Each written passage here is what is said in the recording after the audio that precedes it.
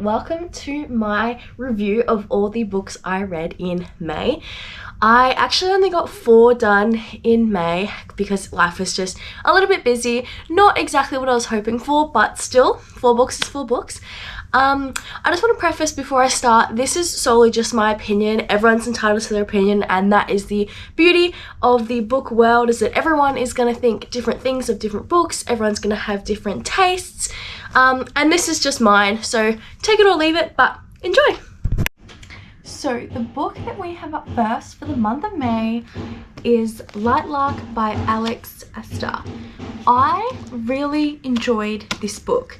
I loved a lot of the features that it had in it. I love the storyline, the plot, the powers. I really liked it. I loved Isla and Grimm's relationship and like their dynamic between each other. However, I did rate it a 4 out of 5 stars. My reason for rating it 4 out of 5 stars, I think, is just because I have such high hopes for Skyshade that I feel like that is going to be my 5-star. It just was missing... It was missing like Grimm and Isla being together. I think that's genuinely what it is. This is not the it's part of a trilogy. This is not the completion of their story. So I think I just need that, and that would be the 5 stars. I am personally, obviously, team Grimm. Oro is lovely. He's just not Grimm, and he can just stand aside. So following that, the second book that I read in May was, of course, Nightbane, also by Alex Ester. So number 2 from Lightlark out of the trilogy. So I finished Nightbane, I think, in one day. I sat down and I was hooked. I smashed this out. I have a video of myself, it was like 2 a.m, bawling my eyes out. I can insert it up next.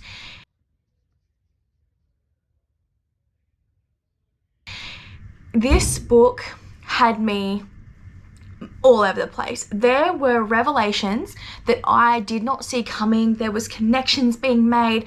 There was new information popping up and connections from before that you didn't understand now make sense. And it was just amazing. I thoroughly enjoyed Nightbane. I also only rated it a 4.5 purely because of what I said before. The writing, 5 out of 5. Really enjoyed it. But I'm still overall giving it a 4 out of 5 because, as I said, I am team Grimm. Majority of this book is about Oro and their dynamic and their relationship, and I just like, even though he was nice and he was kind and he loves her too, he's just not the one that I want. And anytime Grimm and her had something in this book, I was like, oh my god, yes. And then it would be like a flashback or a memory, and I just so I'm holding out that Skyshade is going to be my 5-star book. So this is going to be a pretty intense spoiler here. So if you have not read these, I would suggest skipping on to the next review if you are not keen on a spoiler. One of the reasons that Nightbane just had me choking up is the fact that he was going to war with the world, basically, for her to fight for his wife back. Like, when I found out that that was his wife, I was like, oh my god. And the relationship they had was just, I love that it built from such like a hatred to just this like, I will die for you.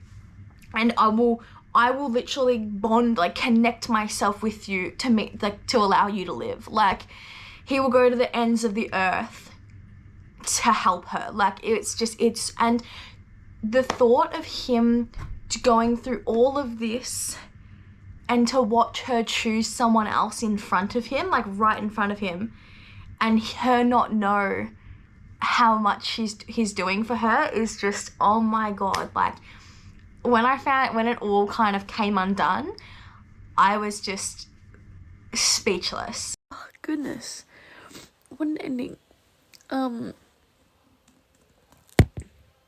Yeah, yeah, that's all I've got on that one.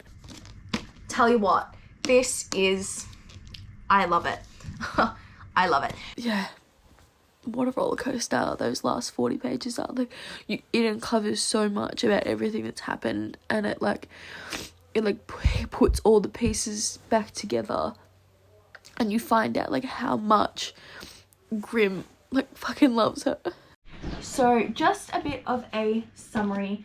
The reason that these are 4 stars and not 5 stars, even though I love them both so much, is because I'm holding out for Nightshade to be my 5-star book, like out of this trilogy. I'm holding out. It's pre-ordered because I am waiting for just Grimm and Isla to have their moment again. I'm waiting, and that will be my 5-star. But maybe when the trilogy's out, when I finish Sky Shade, I will come back to these and give you like a full trilogy review when I can like really tell you how I feel.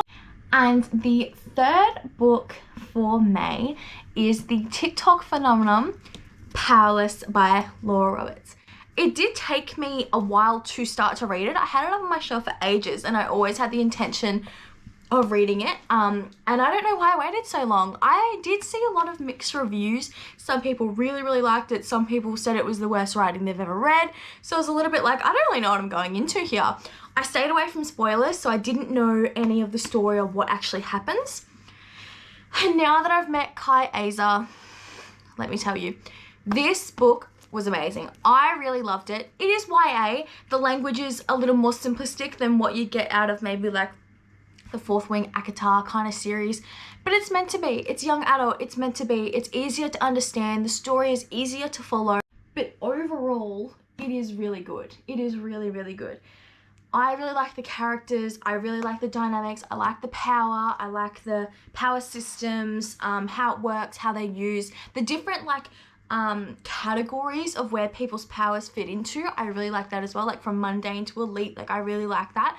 I love the trials, and all those kind of things. It was very Hunger Games-esque, but on like a different level, which I really enjoyed the Hunger Games, so I enjoyed this.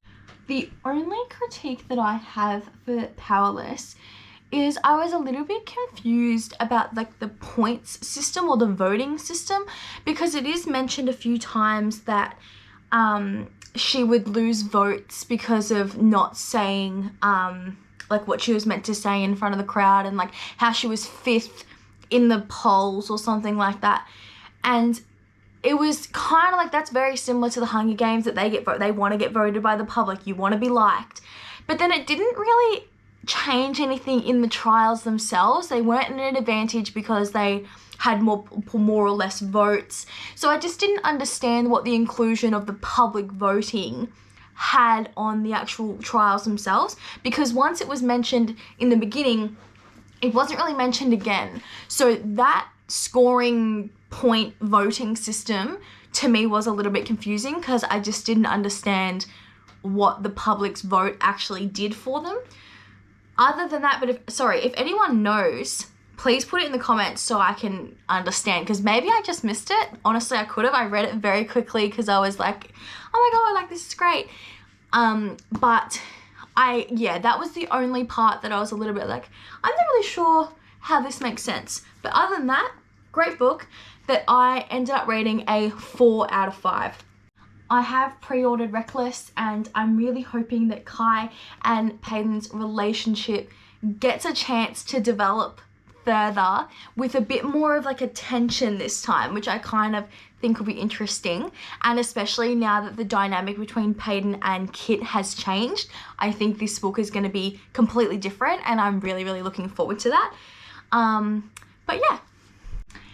And the final book that I started in May, but because of university exams and work picked up a little bit, I didn't actually finish. So this is what I'm working on, but I did start it in May, and that is Twisted Love. I am working my way through this. I haven't gotten too far in yet that I like completely understand the the plot. However, I'm liking the characters.